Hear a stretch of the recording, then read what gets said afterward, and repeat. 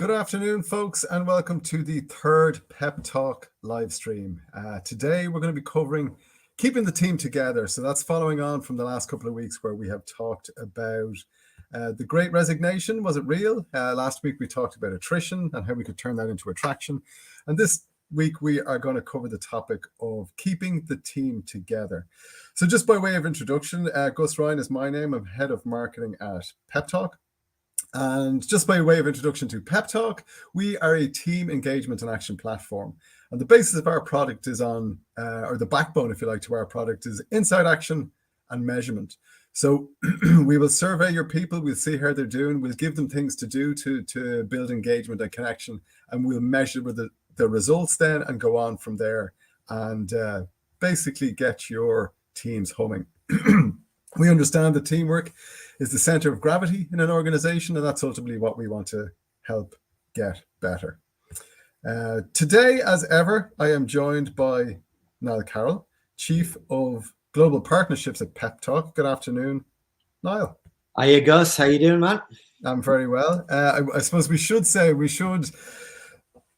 of the devil, I was going to say we should say that Benny is just experiencing a few little connectivity issues, but I am delighted to say he is now at the back end of the stream. So Niall, I've introduced you. You're head of, Chief of Global Partners. So do you want to give Benny an introduction? Yeah. I mean, it's always an honor to involve Benny in the work we do, and Benny's a very close friend of PepTalk. Benny is, besides the fact that he's like, a wonderful human being, he's also an incredibly accomplished executive coach. And let's face it, one of the reasons that we both kind of fanboy on him all the time is that Benny is had a 10-year career in the NFL. Probably the high point, I think it's fair to say, Benny, was winning the Super Bowl with the Denver Broncos. Benny is a guy with great insights, and I think it's going to be a really interesting chat today because we get an opportunity to talk about teams in a corporate setting, but relating it to the sports world. And it's something, as you know, Gus, is something that I'm very passionate about, Yeah, I mean, teamwork and teams is the big focus for us here at PepTalk. And just by way of kind of setting the scene, I just want to throw up a couple of things on the screen here. So this is from one of your podcasts, Niall, a chat you had with Mike Robbins. I thought this was one of the best ways of describing how or what an X factor teamwork is and team chemistry. And Mike was describing when he was playing baseball that he was always fascinated by, sometimes he was on teams that weren't the best, but always got the great, won the championships, won the pennant, got the best results. And then other times he was on teams that had all the talent, but just couldn't gel or just didn't work. And he found that fascinating, and that's what led him then into become a leadership expert and write the books that he has. And then there's a quote here that I particularly like. Let me just make that a bit bigger. Margaret Heffernan. In her book, sorry, that's not the quote. There's the quote. In her book, Beyond Measure, the Big Impact of Small Changes, she talks about how numbers are comforting and income, expenditure, productivity, all that. But she talks about culture as being kind of the real cement to high-performing teams. And that we don't know when it's there, but we sure as hell know when it's missing because things are going horribly wrong. So that's just kind of a bit of a setting the scene. And Benny, I'd just like to ask you first, given that you've played and won with highly successful teams, cast your mind back and think, what would you describe the teamwork? How would you describe the teamwork that you had at those teams? Like, what was it, or how did it feel when you were there? Well, I know it's a cliche statement, but I would say teamwork makes the dream work. And I think one of the most important things is, whether it's high school, college, or the pros, I was fortunate enough and blessed enough to win championships at all three levels. And all three levels, a lot of those teams had similar characteristics and principles. And I would say accountability is one. We were all accountable to one another. It was more of the players coaching the players than the coaches coaching the players. Accountability was one of the most important things, and it's one of the most important things that sets organizations apart and sports teams. how can we hold each other accountable without people feeling sensitive or getting sensitive around certain things? Like, hey, what's the standard here? A level of trust. Where is the trust? Do we trust one another to do the things that we need to do? Incredible leadership. Do we have the leadership? If I think about my high school basketball team that won a state championship, the team that won the state championship wasn't the least, where it was the least talented team. I had two teams after that team that I played on that were way more talented than that one. But the team that won had the best communication, it had the best accountability, it had the most trust, and it had the most fun. And I think those are things that teams need to embody.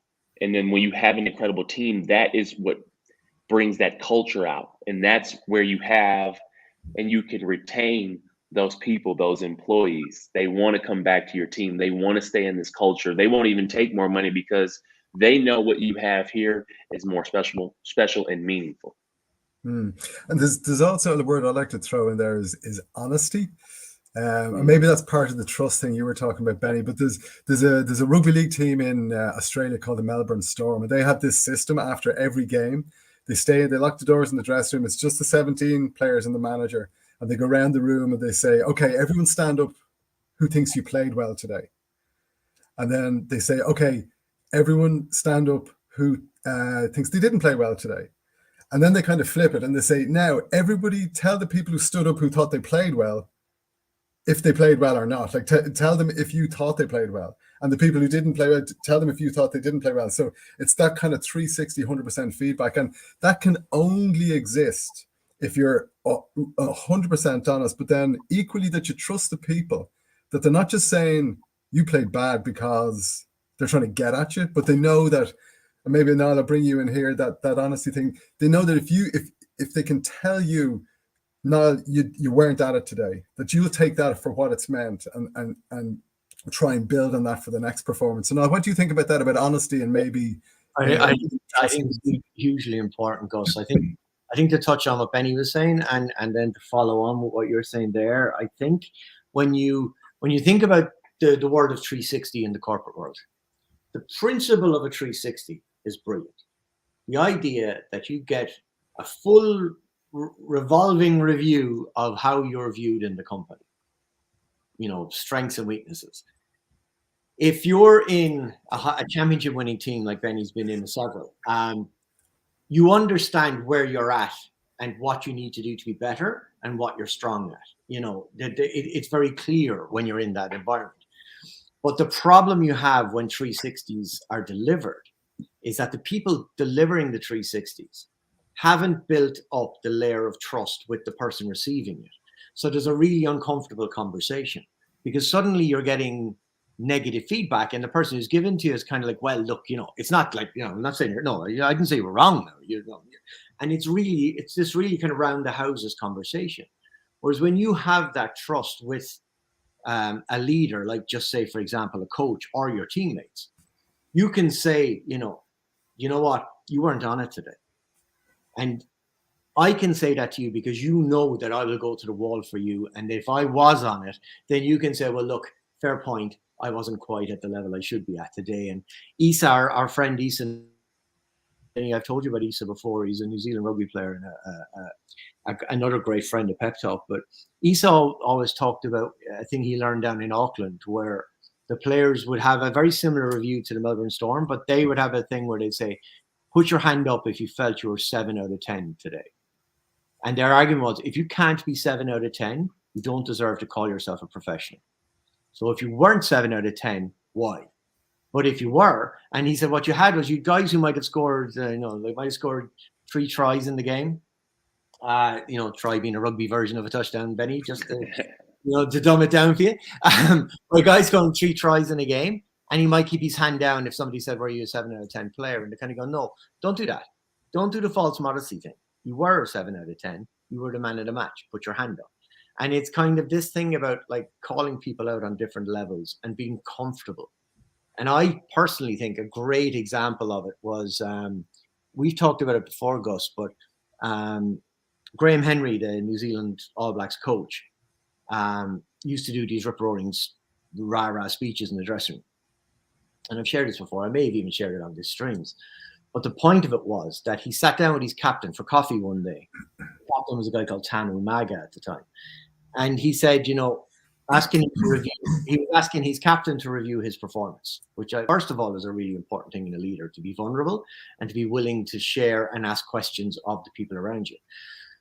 But what his captain said to him resonated with him hugely, because what he said was, we love your speeches. They're really, really powerful and they drive us to perform better. But who are they for? Because we all know our jobs. You have us, we are so well prepared. You have us so well coached, so well drilled, so well informed. We know in the dressing room before the game, there's nothing new you're going to give us that we need to know going out in the field. We know our jobs. We know our roles. So all of that is for you. You're doing that for yourself to kind of feel good about yourself before we go out. And he realized in that moment that he was actually getting in the way of his team performing. And being a great leader, he took himself out of that environment. And for the rest of the build-up to I think it was the 2011 World Cup, for the rest of the build-up, the kind of couple of months leading into the World Cup and during the World Cup, he never said a word in the dressing room before the game. The players took it and led it themselves. And the players decided what was going to happen on the field, because they were the ones who had to make the decisions when they were out there.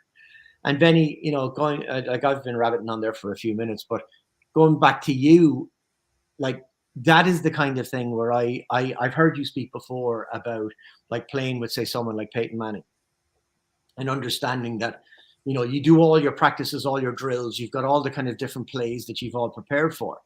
But when you're on the field in a Super Bowl and, like when you have the great honor of catching Peyton Manning's last scoring pass of his career in the Super Bowl, like to catch a ball in the end zone in a Super Bowl is pretty much the pinnacle of any receiver's career, right? Right. Yeah, absolutely.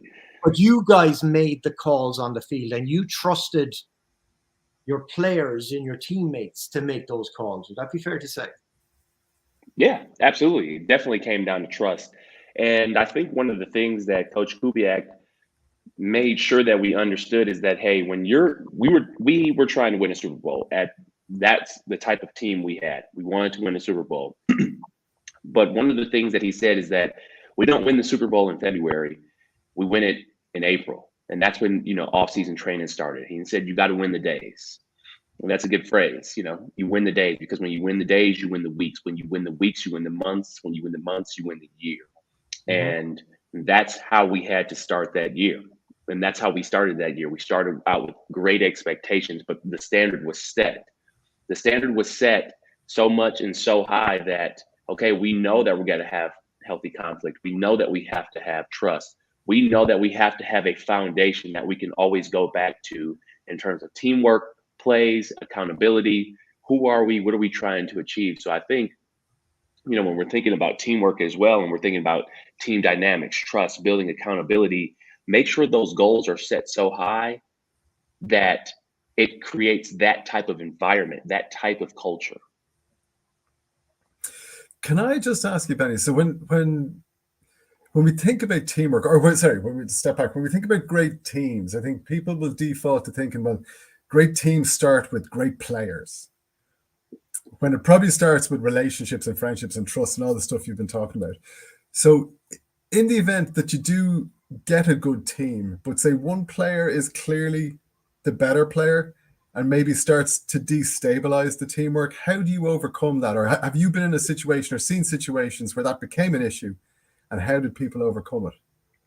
Yeah, I think I've seen it a couple of different times. I've seen it at all different levels where you're just relying on that player and their talent, or that player thinks they're bigger than the team, and you can see it and you can feel it.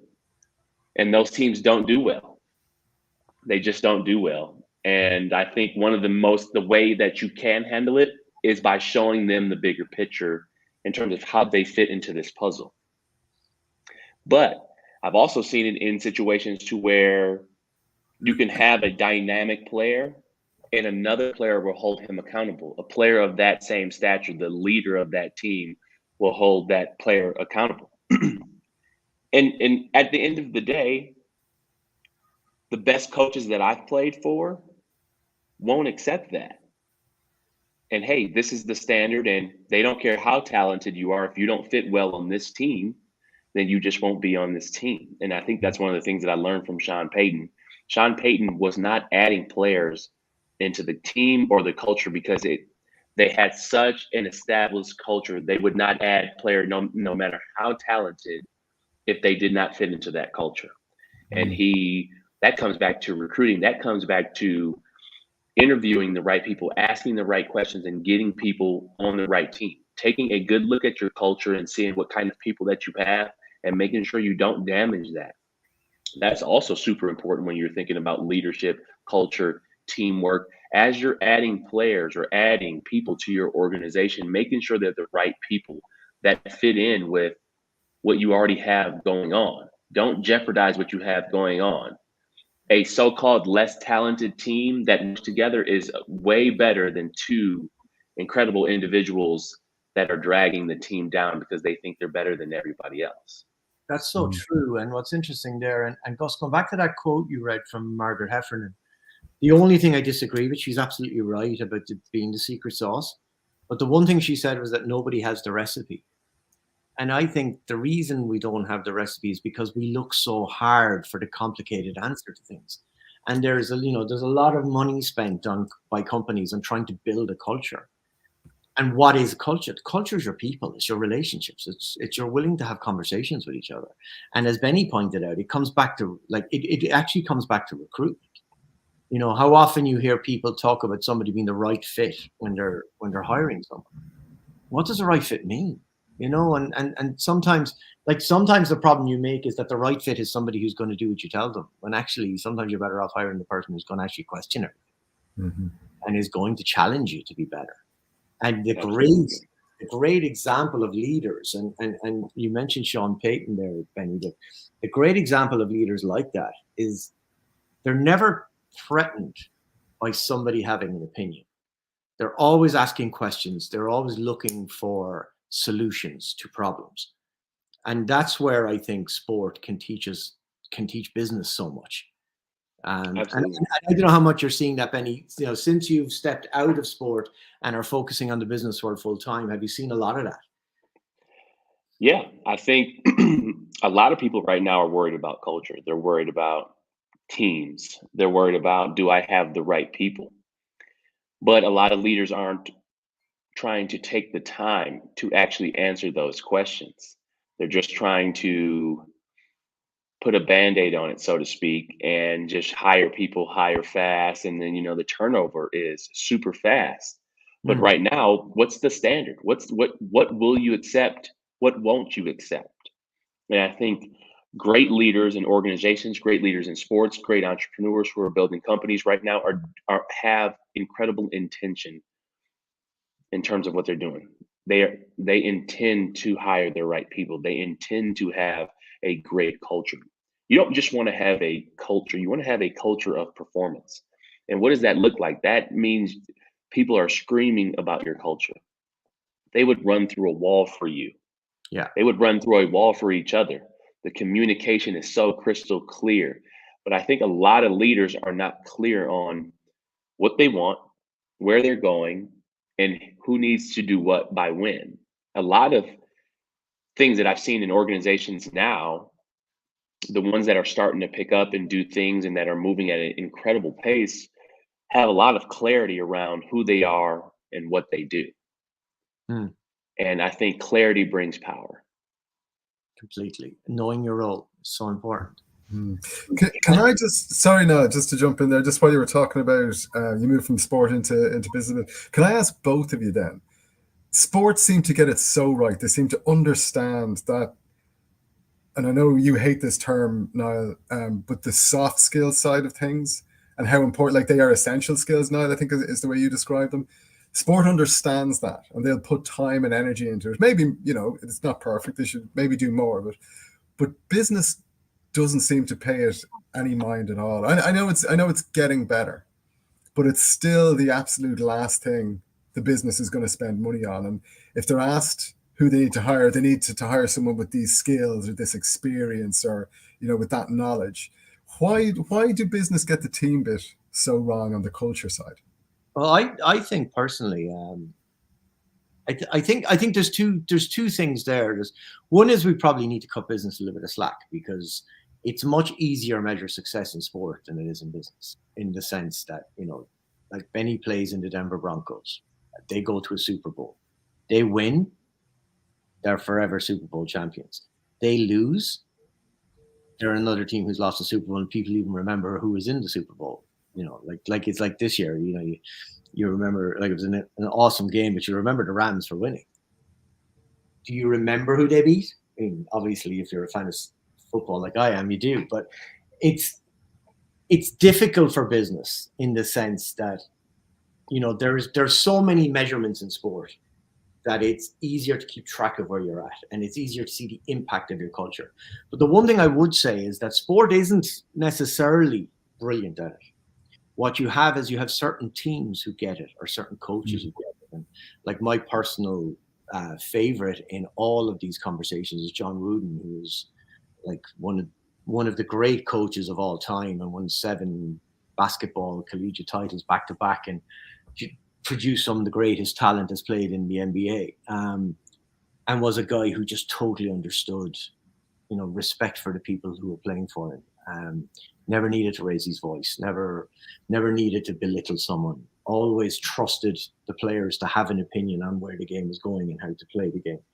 And I think the challenge for business is, this is all relatively new. And I would point out that Aaron Walsh, who's a good colleague of ours, Aaron is a mental skills coach down in New Zealand and is brilliant at what he does. But he did a research recently where he had 300 coaches that he polled on various questions around mental skills. 95% of them accepted that mental skills is vital to the success of their team. They spent 5% of their time working on it. So, they're sports coaches. So it's not that sport has got the magic bullet, but what it does have is it's getting it better, and it's starting to understand, and these things filter down. Personally, I think, from my experience in sport and my experience of great leaders, is that great leaders understand human beings. And I've had this conversation many times when I've tried to relate what I do or have done in sport into the business world, and I've done leadership training and all that kind of stuff. And people go, yeah, but, like, I had a conversation once where I was asked, yeah, but have you ever worked in pharmaceuticals? And I'm kind of going, well, you don't want me to work with drugs. You want me to work with people. And the thing we forget is that human beings have very similar behaviors and traits and motivations. And usually with human beings, you treat them with respect, you treat them with trust, and you're vulnerable as a leader, and people will engage with you and follow you on a journey. And the more you're open to hiring people who have the answers and then letting them answer the questions, the more you're going to be successful. Well, let me flip that question for you, Benny. Then, instead of saying, so why are business and sport so bad at it? Why are the businesses on the sports team that are so good at it? What is it they do that makes them so good at it? I think one of the things that sports brings, and the reason why the communication level has to be better, the things that their sports teams have that incredible leadership, is because it's happening in real time. You're seeing these. We have to have the communication because we're playing in front of 100,000 people. You have to have that level of accountability because we're playing on TV. So one of the things I like to tell leaders is, what if you were being taped today? What if your leadership was being recorded? What if your culture was being recorded? How would people perform then? How would you perform as a leader? That's one of the things in sports. We tape every practice, we tape every game, and then we watch it as a team in front of one another. What are you doing as a leader right now that if it was on tape, you would be embarrassed about? What is going on in your culture right now that if it was on tape, you would be embarrassed about? We have to handle that in real time. There are sports talk shows and TV shows and people criticizing us in real time about things that are going on TV. So we have to address that right then and there. And how do you bring that level of urgency into your team? Not to make people feel uncomfortable, but hey, if we were being recorded, if somebody was coming in here to audit how to run and have a successful culture, would they tape our team, our organization? That's a good question for teams and people to understand. How would you be performing if everybody could watch you? Great point. Yeah, very interesting. Something else I want to ask both of you is when we talk about teamwork, then maybe there's a misconception that everybody has to get on super well, that you know, everybody has to be best mates and it's all hippy dippy, happy clappy, you know, we all love each other. When that just isn't real. That, you know, that's never going to be the case. We can tolerate each other maybe a bit better if we understand each other more, but it doesn't have to be that level of, you know, teamwork. And a good example of probably a better example of what I'm trying to articulate is I think it was, and you'll correct me here now, I think maybe the 2012 Ryder Cup team, the US team, and Paul Azinger was the captain for the first time, and he had a week to get the guys together, and he didn't put these particular golfers together and that particular skill together. He put them by personality types, and he had 4 pods. He'd like the super successful, the quiet, shy, retiring, and then some other pod. And they won the Ryder Cup for the first time in 20-something years. So it wasn't that he got them all together and they all had to be best friends. He picked the people he knew would get on together, had 3 little teams within the team, if you like. Is that something, do you think, that should be looked at closer in business, like getting people who get on together better, getting them together in their little pods? Am I making sense? I'll take that for very briefly, and then I'll let Benny answer, because Benny would have more experience in the dressing room.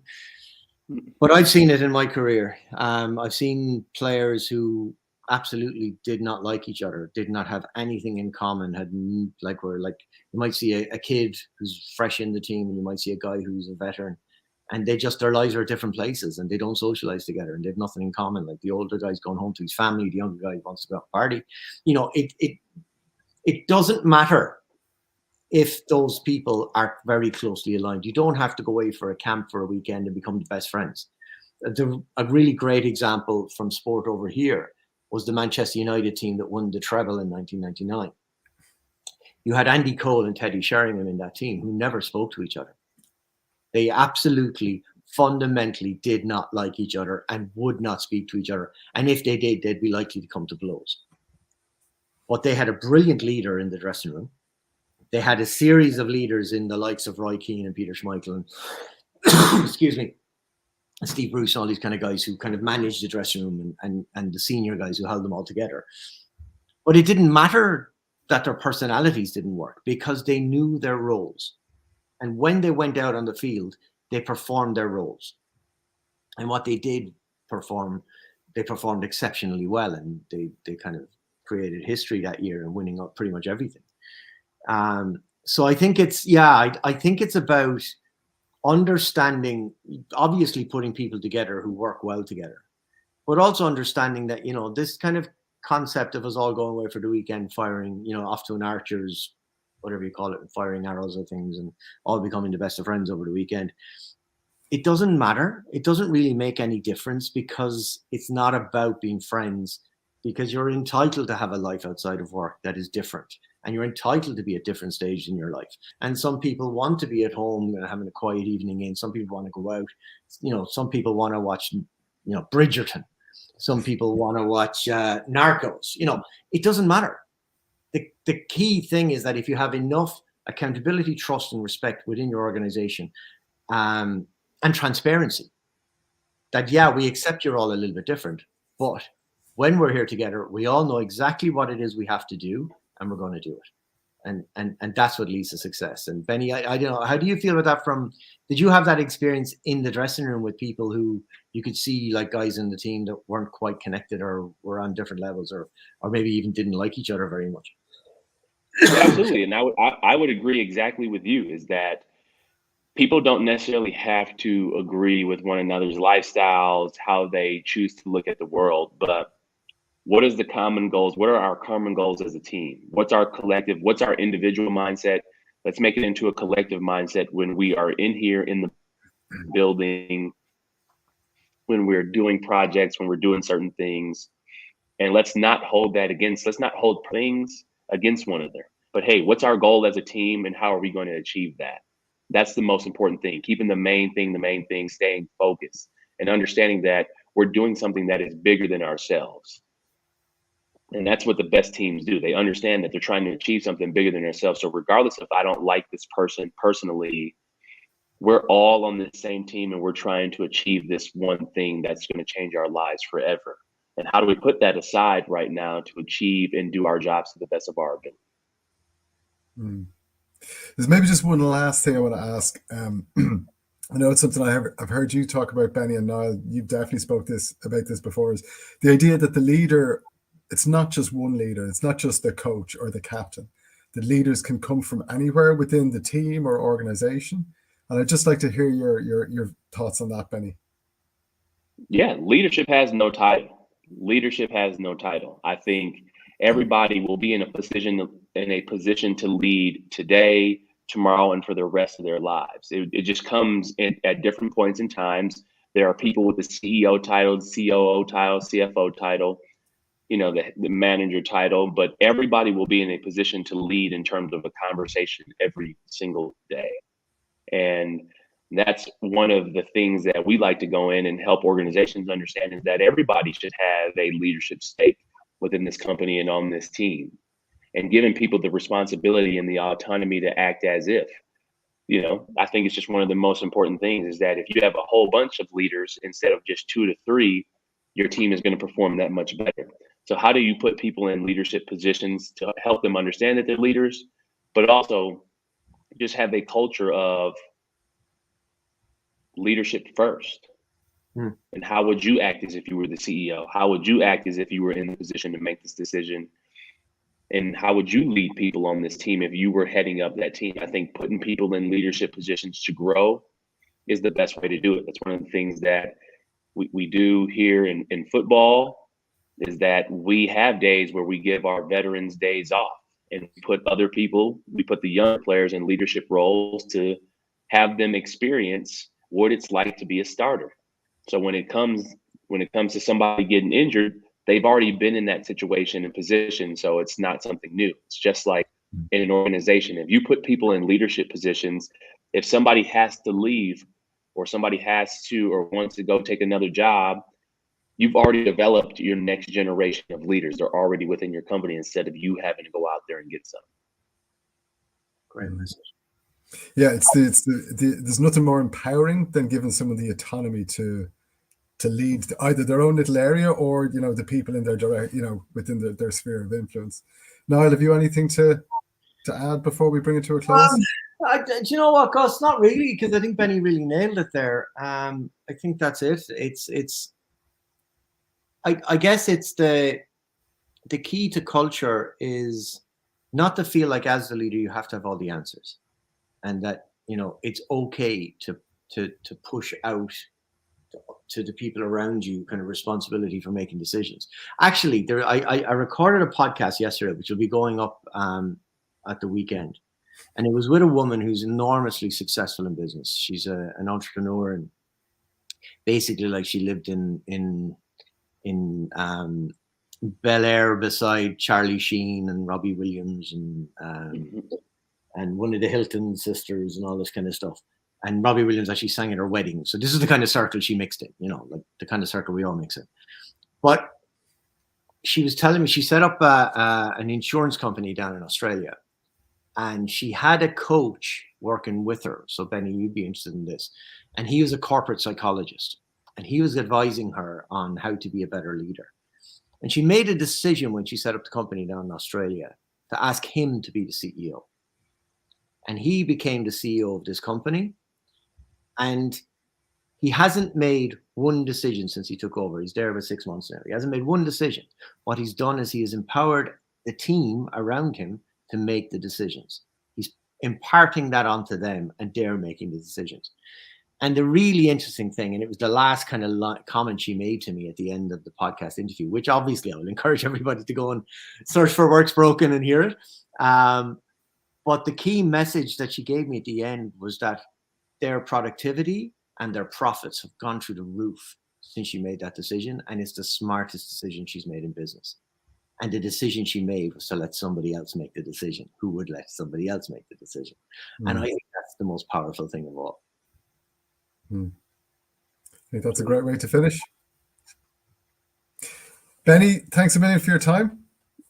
I appreciate you guys always. Always a great conversation, Gus. Now, appreciate you guys so much. I appreciate you. Thank you. Hey, take care, man. Thank you, Niall. Cheers. And we will look forward to seeing everyone back here next Thursday for the next live stream. So thanks again, folks, and we'll catch you then. Talk to you later.